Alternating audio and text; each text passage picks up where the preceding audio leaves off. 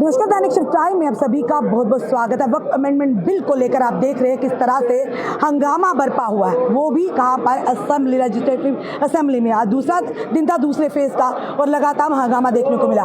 इस समय निर्दलीय जीत का राय, जो जीत का सारा जनता ने इन पर विश्वास जताया, एडवोकेट शबीर कुले शोपिया से है। चलिए इनसे जानते हैं ये किसकी तरफ है, यानी कि क्या लगता है। एक तरफ विपक्ष और सत्ता पक्ष है, इनसे जानते हैं कि आखिर चल क्या रहा है। सदन क्या इस तरह के हंगामे के लिए या जनता के मुद्दों को उजागर करने के लिए। सर, सबसे पहले स्वागत है। Thank you. सर, जो 2 दिन से हो रहा है पिछले, आखिर ऐसे हालात बने क्यों हो रहे हैं? देखिए, शायद इन हाउस को इंटरेस्ट नहीं है काम करने का।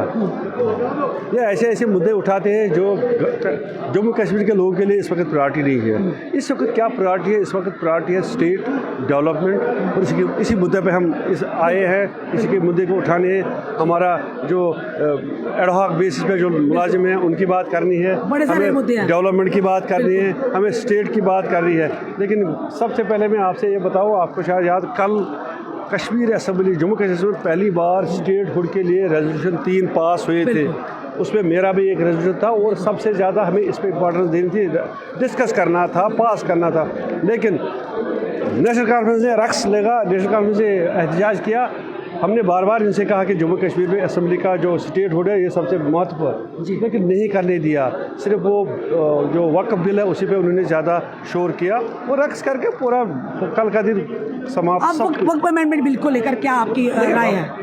देखिए, मेरे पास सुनिए, वक्फ अमेंडमेंट बिल जो गवर्नमेंट ऑफ इंडिया, जो पार्लियामेंट ने पास की है, वो सुप्रीम कोर्ट में चला गया है। बिल्कुल, सब जुडिस है या सुप्रीम कोर्ट चला गया। हमें अब इसके साथ ज़्यादा अब गैलरी में जाएंगे, बहस करेंगे, हड़ताल करेंगे, इससे कोई मसला, ये भटकने वाली मसला जो मुद्दे हैं जो जम्मू कश्मीर, उसकी तरफ ध्यान ही नहीं लगता। ये जा रहा है, सजाद गनी लोन जी ने कहा कि एनसी और भाजपा की मिली भगत है जो ये अंदर ड्रामा कर रहा है, चल रहा है।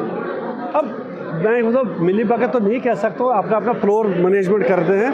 शायद मैं गुजारिश करूँगा, अगर नेशनल कांफ्रेंस के जो वहाँ के, मैं उनसे भी गुजारिश करूँ कि वो रक्स ना करे, ड्रामाबाजी बंद करे और मुद्दों पे आ जाए। जो मुद्दे जम्मू कश्मीर फेस कर रहा है उस पर बात करें। और इसी तरह मैं बीजेपी के लोगों से गुजारिश करूँगा, अगर कोई भी रेजोल्यूशन आता है, चाहे स्टेटहुड पे आए, किसी पे आए, बहस करें, डिस्कस करें, उससे और कोई फ़र्क नहीं पड़ता। लेकिन लोगों को नज़र आता है नहीं, हमारे मुद्दे पे कोई इंटरेस्ट ले रहा है। हमारे जो लेजिस्लेचर जिन्होंने लोगों ने हमें चुना है, इसीलिए कि अंदर वो हमारे मसले मुतालबे ठीक करें। लेकिन हम अंदर बैठ के एक दूसरे के कीचड़ उछालते, उससे कोई हमारे पास, क्योंकि कहा यह स्पीकर को चेंज कीजिए, ये भी कहा जा रहा है, क्योंकि स्पीकर साहब इन्होंने कहा कि हमें समय नहीं दे रहे इस पर कंसीडर करने का वक्फ अमेंडमेंट बिल का, तो इन्हें चेंज किया जाए। मैं उसके हक में नहीं हूँ। अगर किसी को करना है तो वो कर सकता है, लेकिन उसने अगर रूलिंग दी है, सही रूलिंग दी है, तो इसके खिलाफ कोई नहीं जा सकता। और गलत बात है, जो अच्छा काम करता है उसके खिलाफ मेरा ज़ाती इंटरेस्ट नहीं होना चाहिए।